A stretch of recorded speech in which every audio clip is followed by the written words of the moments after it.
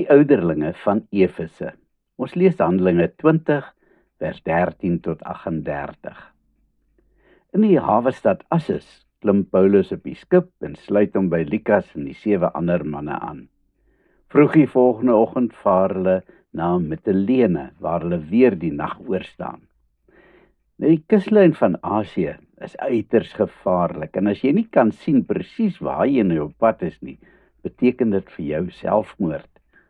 Daarom het die skepe in daai tyd slegs bedags gevaar, en snags het hulle in een van die beskutte hawetjies oornag. Dus vaar hulle die volgende dag na Chios, daarna Samos en uiteindelik tot by Melite. Paulus wou baie graag by Efese aangaan, om daar met die gemeente te gaan praat, maar sy tyd was besig om uit te loop. Hy wou in Jerusalem wees vir die Pinksterfees. As hy by Efese sou vertoef, dan sou hy dit dalk nie betyds maak nie. Dus stuur hy 'n boodskap dat Efese se ouderlinge hom in Melite moes ontmoet. 'n Afstand van sowat 60 kilometer, want daar moes hulle vir 'n paar dae oorstaan vir 'n volgende skip wat hulle na Sirië sou neem. Paulus benut die kort tydjie saam met hulle baie goed, en hy praat hulle moed in. Ja, hy is nou op pad na Jerusalem, gedring deur die Heilige Gees, en wat daar met hom sal gebeur, dit moet maar gebeur. Hy is in God se hande. Hy is maar al te bewus daarvan dat daar waarskynlik vervolging is wat op hom wag. Maar die taak wat hy vir die Here verrig, is baie belangriker as sy lewe. In hierdie tyd is hy natuurlik ook al goed gewoond aan vervolging, want hy was al geslaan, gestenig, in die tronk. Verskeie kere moes hy vlug vir sy lewe. Daar is vandag baie gelowiges wat wil glo dat geloof soos die bootjie na Kameland is, waar die maan sy helder strale jou begelei op 'n spieelgladde meer van romanse. Nee, 'n gelowige se lewe is nie een van lang suksesverhaal nie. Veral nie as jy jou geloof ernstig opneem nie.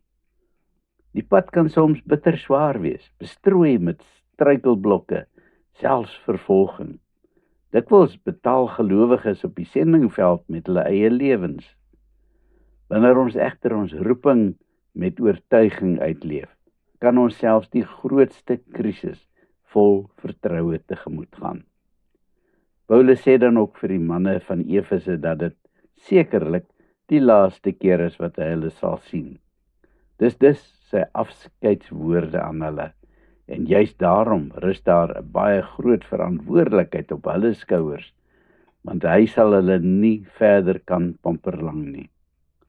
Hulle moet verantwoordelikheid vir hulle self aanvaar, maar hulle is ook verantwoordelik vir die gemeente.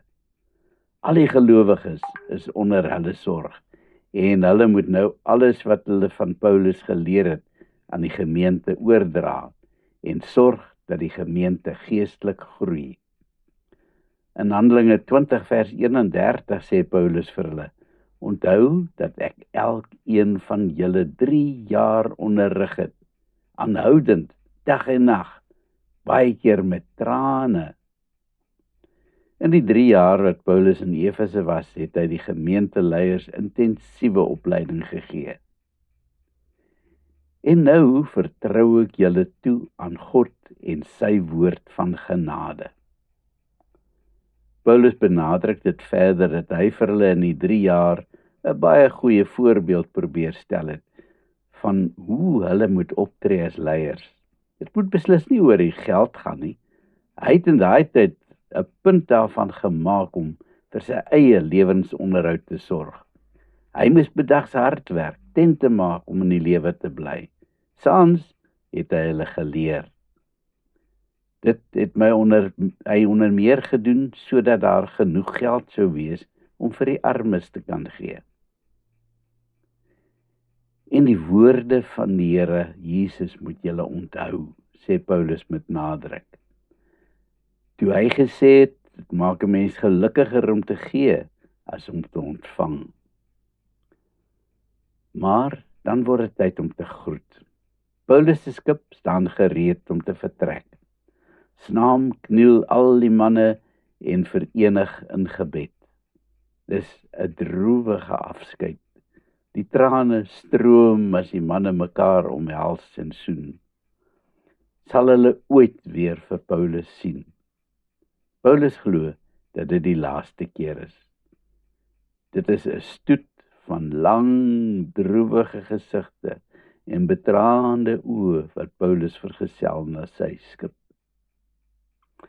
Ja, Paulus sou wel weer met die gelowiges in Efese praat, maar dit sou eers 5 jaar later wees en hy sou met hulle praat deur middel van 'n brief wat hy uit die tronk in Rome geskryf het.